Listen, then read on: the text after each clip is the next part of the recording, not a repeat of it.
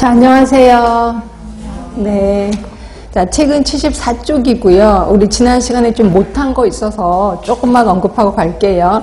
우리 그 면역의 종류 중에서 인공 쪽이 2개가 있었습니다. 인공 능동 면역, 인공 수동 면역 2개가 있었거든요.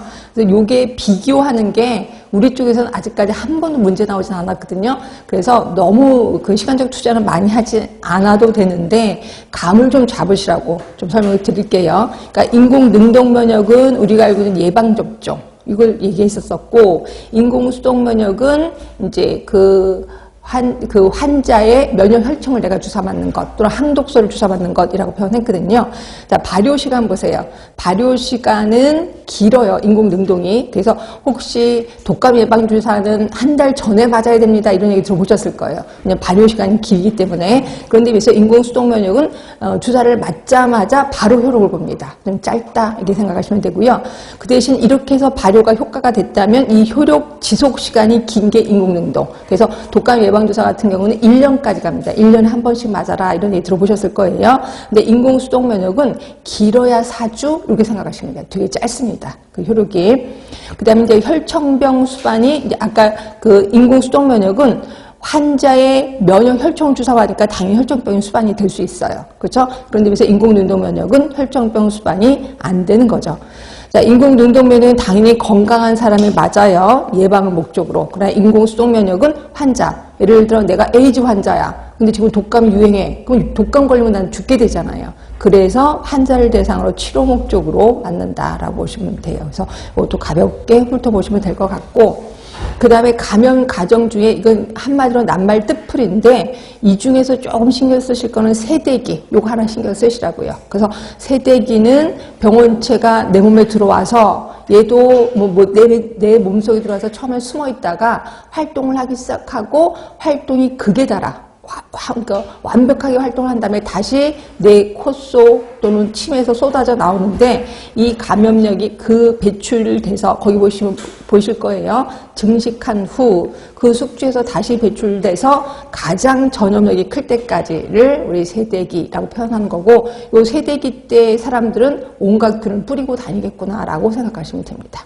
자, 여기까지는 그냥 본 설명 들어갔고, 자, 오늘은 뭐에 대해서 할 거냐면 법정 감염병 들어갈 겁니다. 그래서 제가 저번 시간에 법정 감염병 어차피 우리 법을 배우니까 그때 하자라고 했는데, 그때 하나 지금 하나 똑같아서 그냥 지금 하겠습니다. 그리고 그때에서는 이미 공중보건에서 했습니다라고 그냥 넘어갈게요. 이제 법정 감염병 신고 체계에 들어가고, 법정 감염병 종류 1급, 2급, 3급 들어갈 거고요. 왜냐면 이러한 감염병, 자, 여기도 또 어떡하네. 이러한 감염병 관리의 3대 원칙 들어갈 거고, 엄청 중요한 레벨 클락, 이 사람 무조건 외우셔야 돼. 그다음에 급성 감염병 강론, 요새는 요 강론이 좀 자주 나오더라고요. 그래서 요 강론에 대해서 하나하나, 그렇다고 해서 모든 감염병을 다 설명드리지 못할 것 같아. 그래서 이제 기출된 것만 좀 설명을 드릴까 합니다. 자, 일단 법정 감염병의 종류부터 살짝 순서를 좀 바꾸시면 76쪽으로 갈게요. 76쪽까지 법정 감염병이 있는데, 자, 1급, 이제 박스 편으로 들어가시면 돼. 1급, 2급, 3급 있는데, 문제는 이걸 외워야 되냐 이거죠. 그렇죠? 외우긴 정말 힘들거든요. 시간적 투자하기 정말 아깝거든요. 그래서 저는 적어도 1급은 꼭 외워라 라는 주의예요. 1급. 자, 이따가 암기 팁도 드릴게요. 일단 특성을 잠깐 볼게요. 특성을 좀 알고 계시는 게 좋아요. 자, 1급은 생물 테러 감염병 또는 치명률이 높거나 집단 발생의 우려가 커서 자꾸 눈도장 찍으셔야 돼. 발생 또는 유행 즉시 신고해야 돼. 아, 얘는 즉시 신고해야 되는구나. 이게 신고하면 음압격리와 같은 높은 수준의 격리가 필요한 감염병을 1급이라고 표현하는 거고요. 그러니까 생물 테러, 치명률이 높거나, 그 다음에 즉시 신고. 이 정도로 자꾸 눈도장 찍으셔야 돼. 그 다음에 질환은 모두 17개인데요. 저는 앞자만 따서 좀 외우시라고 얘기를 해요. 왜냐면 대부분 보기 중에 앞자가 똑같은 게 없더라고요. 그래서 앞자만 따서 외워도 괜찮겠다라는 생각이 좀 들어서, 그래서 앞자만 보면 이렇게 외우시면 돼. 에리아라는 사람이 있어요. 자, 이 사람은 이라크 남자가 아니라 마라크 남자야. 마라크 남. 근데 신사맨이에요. 왜 그러냐면 신종 동물을 타고 놀거든요. 탄디. 그래서 우리 모두 보자. 보두폐예요. 그죠?